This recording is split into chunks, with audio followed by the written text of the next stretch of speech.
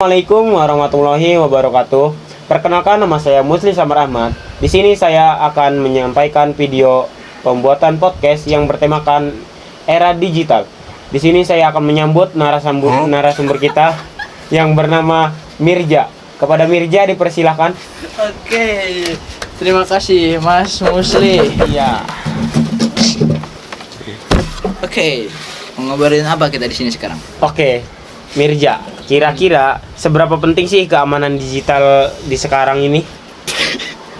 Oke, menurut saya pribadi ya, Ya. untuk keamanan digital di era sekarang itu sebenarnya sangat penting. Apalagi di zaman sekarang tuh hacker-hacker tuh sedang kayak naik daun lah ibaratnya.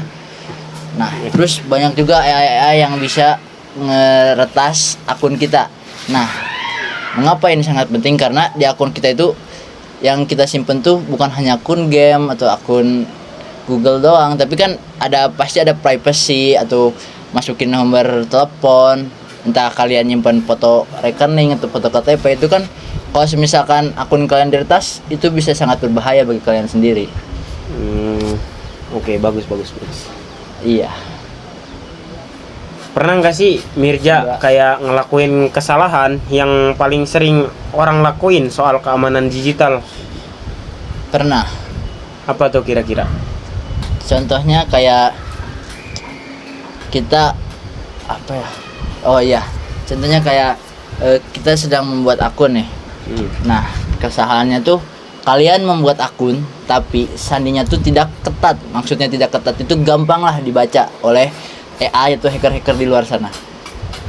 Karena kalau misalkan kalian membuat akun tapi sandi kalian tidak ketat ya, bukan tidak ketat, maksudnya Tidak. gampang ditebak lah. Gampang ditebak kayak sandi angka 123 atau nama kalian, nama ulang tahun kalian. Nah, itu sangat mudah diretas ya oleh hacker-hacker di luar sana. Nah, itu tuh yang bikin orang-orang akunnya kena retas tuh gara-gara kesalahan itu, sandinya yang terlalu mudah. Oke. Iya. Jadi teman-teman, di sini jadi pelajaran juga ya buat kita. Kalau sandi yang lemah mungkin bisa cepat ditebak oleh hacker ataupun oleh orang lain. Oke. Gimana sih cara simple agar untuk menjaga privasi kita di media sosial? Cara simple banget sebenarnya ya. Iya. Pertama, kita bisa membuat sandi yang mungkin jangan dibilang rumit ya, dibilang agak rumit. Karena kalau misalkan rumit, buat ke kita sendirinya juga susah buat ngapalin. Nah, kalau misalkan yang agak rumit, kita bisa nge-screenshot atau bisa di note handphone juga bisa buat menghafal, atau entah di suatu saat kalian lupa dan ingin login ke akun di perangkat lain, kalian bisa lihat note HP kalian gitu. Itu cara simpel. Oke Mirja. Jadi saya lanjut bertanya ya. Oke, silakan.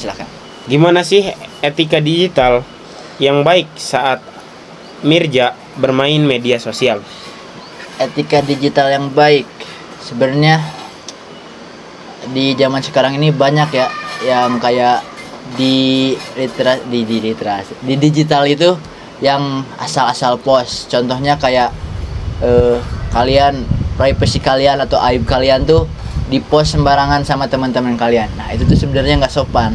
Dan yang post itu nggak mikirin gimana perasaan korban yang di post ketika suatu saat korban itu tidak menyapa lagi teman atau pelaku. Nah, di situ pelaku mungkin gak akan merasa itu ya, tapi korbannya yang merasa tersakiti lah, karena ibaratnya aibnya kayak disebar gitu. Gak masuk sebenarnya. Iya. Jadi mungkin poin pentingnya tidak boleh menyebar aib teman sembarangan dalam etika literasi digital. Iya, di etika literasi digital itu bukan hanya tidak boleh menyebar aib ya, tapi kalian juga harus pinter-pinter lah dalam ngepost foto atau menyebar berita. Karena kan di era digital sekarang berita waktu cepet banget gitu ya. Menyebarnya cepet banget gitu, meski nggak tahu web khususnya atau sumber tertentu yang kayak sumber terpercaya kayak dari Wikipedia atau dari sumber-sumber kompas.com yang terpercaya yang besar-besar gitu.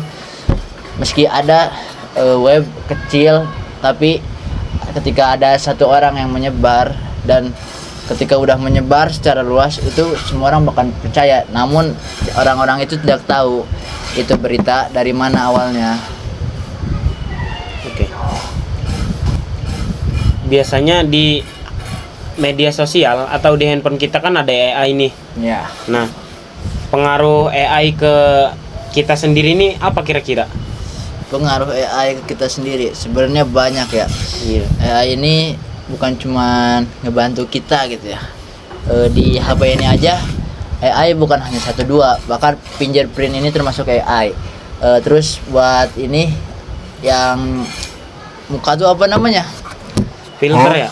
Bukan filter. Ini yang buat Kamera depan. Efek lain. bukan. Ini buat kunci pakai wajah itu namanya apa? Oh, Jadi sidik jari. wajah. Kunci pakai wajah. Oh, saya kurang tahu kalau yang itu. Oh, iya pokoknya yang misalkan nih ada kayak gini. Terus kalian buka handphone pakai wajah itu juga termasuk AI. Oh iya, iya. Iya, jadi di kehidupan sehari-hari kita ini sebenarnya tidak jauh dari AI. Bahkan di HP kita aja nggak cuma satu doang AI. Oke. Nah, di sini kan ada pendidikan berkelanjutan tentang literasi digital ya. Jadi, pendidikan berkelanjutan itu Skip jarak itu susah aja. Oke. Sorry. Salah ya. Yang mana yang udah nih anjing enggak ada juga. Nah, di sini kenapa literasi digital itu perlu diajarkan di sekolah? Kenapa literasi digital itu perlu diajarkan di sekolah? Karena menurut saya pribadi itu sangat penting. Di era Gen Z sekarang, pasti kita tidak jauh lah dari yang namanya handphone.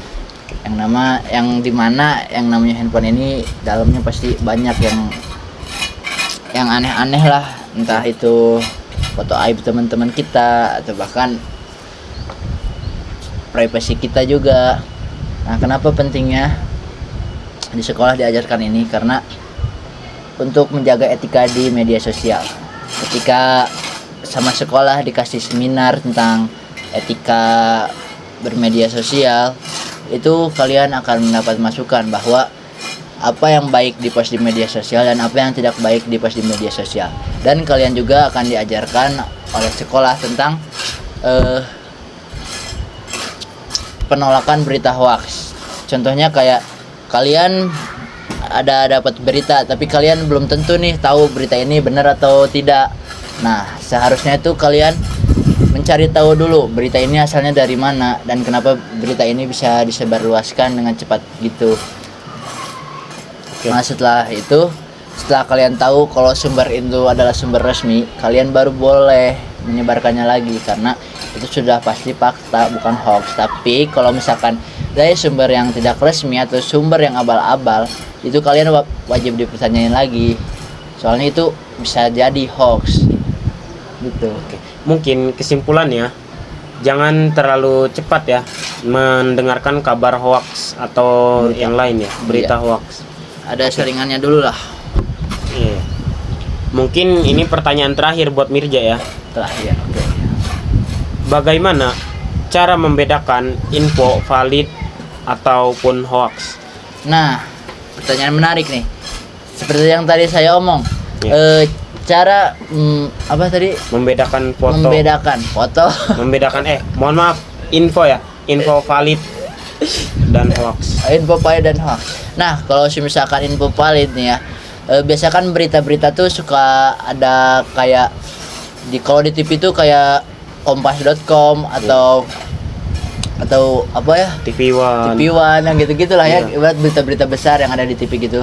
Nah, kalau misalkan kalian ingin mencari tahu ini info valid atau enggak, kalian coba buka web yang mana tidak jauh dari berita-berita itu seperti Kompas, www.kompas.com.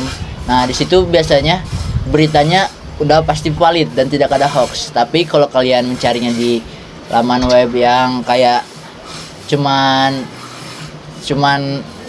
gak jelas lah gitu, di webnya juga, nama webnya juga nggak jelas, itu bisa dicurigai bahwa itu hoax. Oke. Mungkin pertanyaan tadi sekalian menutup video podcast kita hari ini. Oke, terima kasih Mirja atas Siap, waktunya. Bos, sama-sama. Oke. Sekian. Assalamualaikum warahmatullahi wabarakatuh. Waalaikumsalam warahmatullahi wabarakatuh.